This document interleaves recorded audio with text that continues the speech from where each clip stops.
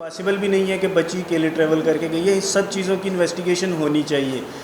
Police نے investigation نہیں کی. یہی ایک کویسچن مارک بہت بڑا ہے, اور میرے خیال سے جبران بھائی زیادہ بیٹر اس چیز پہ روشنی ڈال سکیں گے کہ کیونکہ پولیس کی انویسٹیگیشن میں یہ چیزیں نظر ہی نہیں آئی کہ یہ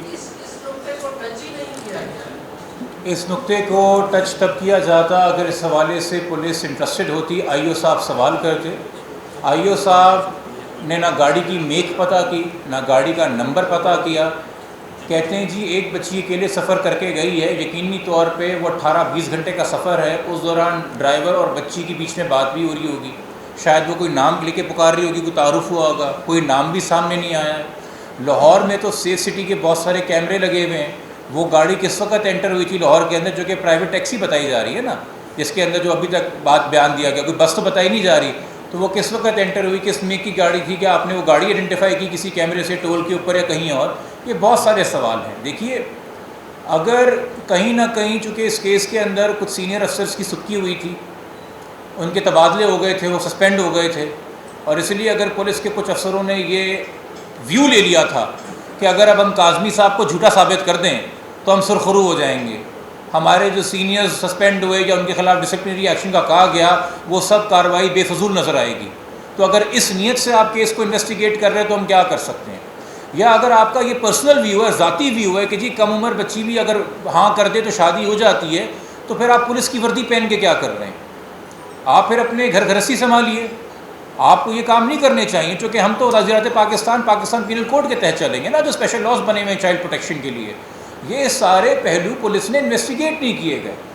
آپ یہاں تک اندازہ کر لیجئے کہ جو بیان بچی نے پولیس کو دیا اور جو بیان مرکزی ملزم نے دیا, دونوں نکاح کی عمر تاریخ الگ بتا رہے ہیں. ایک کہہ رہا ہے 17 کو نکاح ہوا, ایک کہہ رہی ہے 18 کو نکاح ہوا.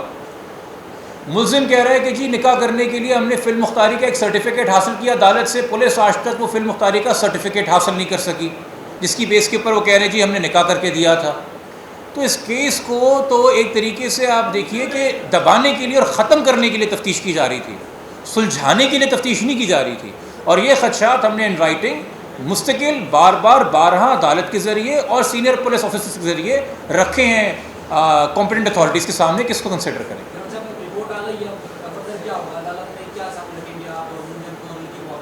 دیکھیے چونکہ اس کیس کے اندر نیو فیکٹس آئے ہیں تو عدالت کو ہم پراپر اسسٹنس دیں گے. ہمارا سندھ ہائی کورٹ سے کوئی بھی بدگمانی نہیں ہے, ہم روز وہاں پیش ہوتے ہیں اور روز سینکڑوں لوگوں کے لیے انصاف لیتے ہیں, اور بہت سے کیسز میں انصاف لیا ہے.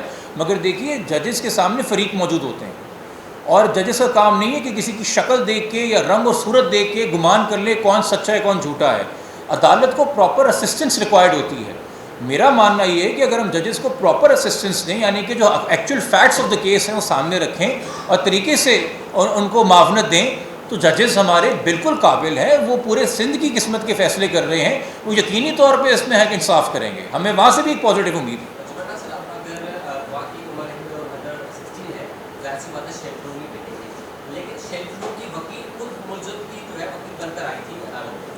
دیکھیے میں نے پہلے بھی آپ کو عدالت میں آج صبح کہا تھا, اور ہم عدالت کے سامنے بھی بات رکھیں گے اور 2 ٹوک رکھیں گے. ماں کی آغوش سے بہتر کوئی شیلٹر نہیں ہو سکتی ایک بچے کے لیے, پہلی بات. دوسری بات, اس کیس میں بھی آپ کو پتہ ہے جب میڈیکل ٹیسٹ شروع میں ہوا تھا تو 1 سے 2 دن کے لیے بچی کو ایک شیلٹر ہوم میں بھیجا گیا تھا.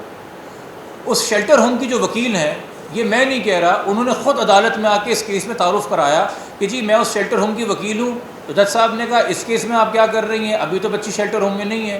تو انہوں نے کہا کہ جی اس کیس میں جو نکاح خواہ ملزم ہے میں اس کی بھی وکیل ہوں. آپ اندازہ کریں ہم کیسے شیلٹر ہومز کی سیکیورٹی کے اوپر یا ان کے انتظامات کے اوپر یا ان کی ایڈمنسٹریشن پہ بھروسہ کر سکتے ہیں. میں نام نہیں لینا چاہتا کسی نجی ادارے کا, بٹ عدالت کے سامنے ہم یہ بات 2 ٹوک رکھیں گے. اور شیلٹر ہومز کو بھی چاہیے کہ جب آپ پہ پوری قوم بھروسہ کر کے اپنی کمسن بچیاں آپ کے حوالے کرتی ہیں اور اس تعارف سے آپ اپنے ادارے بھی چلا رہے ہیں, تو خدا کا واسطہ ہے اپنی ایڈمنسٹریشن مؤثر کریں.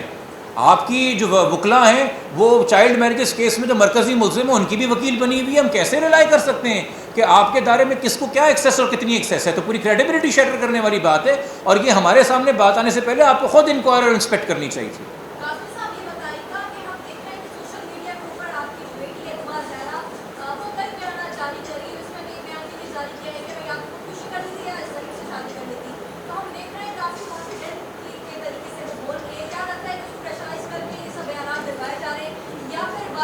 دیکھیے اگین یہ کیا سرائیاں ہیں، یہ کیا سرائیاں ہیں.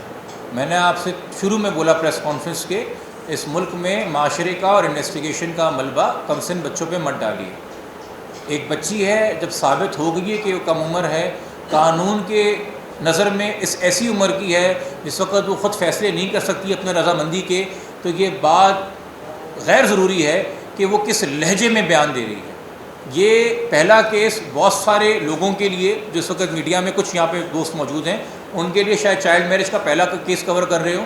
مجھے یہاں پہ کچھ صحافی دوست نظر آ رہے ہیں جو بڑے کیس کور کر چکے ہیں، میرے ساتھ ان کا تجربہ رہا ہے. ہم نے اس سے بھی کم عمر کی چھوٹی بچیاں دیکھی ہیں جو عوام کے دوحل عدالت کے سامنے اس سے بھی زیادہ کانفیڈنس سے اپنی چھوٹی عمریں بتاتی تھیں. مگر وہ بچہ کس چیز سے گزرا ہے، ہم ایک کیا سرائی میں ہیں. ہمیں اتنا پتہ ہے کہ اس وقت وہ ایک جرم کا شکار ہے، ایک اللیگل کنفائنمنٹ کے اندر ہے، اس میں کوئی مثبت پہلو نہیں ڈھونڈا جا سکتا. یقینی طور پہ جب بچے ایسے ٹراما سے گزرتے ہیں ان کو کسی نہ کسی تھیراپی کی، گائیڈنس کی، والدین کی شفقت کی، محبت کی ضرورت ہوتی ہے. ہمیں نہیں پتہ کہ اس کا انٹرویو لینے سے پہلے اس کو کیا کیا باتیں بتائی جاتی ہیں، کیا کیا خوف دلایا جاتا ہے، یا کیا کیا وسوسوں کا وہ شکار ہوتی ہے. بچہ پھر بچہ ہے، اس کو کسی وجہ سے بچہ کہا جاتا ہے. یہ توقعات ایک ایڈلٹ سے ہوتی ہیں کہ وہ کیوں ایسی بات کر رہا ہوگا، کیوں ایسے بیان دے رہا ہوگا. بچہ تو ورگلا جاتا ہے، وہ تو ورگلا کے گھر سے بھی باہر لے گیا اسے. تو یقینی طور پہ، اور یہ دیکھیے چونکہ آج کل ایک سوشل میڈیا کا دور ہے، ہر چیز آپ کے سامنے ویڈیو فارم کے اندر ہے، اور ہر بندہ جو ہے اپنی طریقے سے تعین لگانے کی کوشش کر رہا ہے کہ جی اصل معاملہ کیا ہے. تو ان چیزوں کے اندر مت آئیے، یہ کوئی ڈرامہ نہیں ہے جس کی اگلی قسط کا آپ کو انتظار ہے. یہ میں جنرلی سب سے دوستوں سے کہہ رہا ہوں جو یہ لگے ہوئے تھے کہ جی ہم نے یہ ویڈیو میں پہلو دیکھا اور ہم نے وہ ویڈیو میں پہلو دیکھا. ہر بندہ ڈیٹیکٹیو بنا ہوا ہے، اور اس وجہ سے ان کو یا بطور مجھے بھی کون سے میسیجز نہیں آتے کہ جی یہ پہلو نوٹ کریں، وہ پہلو نوٹ کریں. میں اگین، ایک بچی نے گھر آنا ہے، اس کا پورا مستقبل اس کے آگے ہے. پلیز شفقت سے پیش آئیے. اس میں سے صرف عوام کے لیے جو چیز ہے وہ سیکھ ہے کہ آپ اپنے بچوں سے رابطے بڑھائیے. اس کیس میں یہ انکشاف ہوا ہے کہ یہ بچی جو مغویہ بنی وہ اغوا کار کے رابطے میں آن لائن گیمنگ کے ذریعے آئی تھی. اس حوالے سے والدین ذمہ داری برتیں، اس حوالے سے والدین نظر رکھیں کہ کون صرف وہ نہیں جو ان کے گھر میں ان کو اطراف میں فزیکلی نظر آ رہا ہے، اور بہت سے طریقوں سے آپ کے بچوں کو کوئی کر سکتا ہے. اور یہ ایک اور پہلو، اکثر لوگ یہ بھی ایک ایکسکیوز لے رہے ہیں کہ دیکھیں جی لڑکی بھی زیادہ عمر کا نہیں ہے. قانون کے لیے جو عمر ہے سزا دینے کی وہ 18 ابو ہے، اور لڑکا ایز پر از نادرا 20+ ہے. اور یہ سبجیکٹو چیزوں کے اوپر آپ اوپینین نہیں چینج کر سکتے تھے. کل کو لڑکی لاہور لے جائی جاتی ہے اور پتہ چلتا ہے جو لڑکا آپ کے سامنے آیا اس کی عمر 45 سال ہے. ہم نے ایسے کیسز بھی دیکھے ہیں.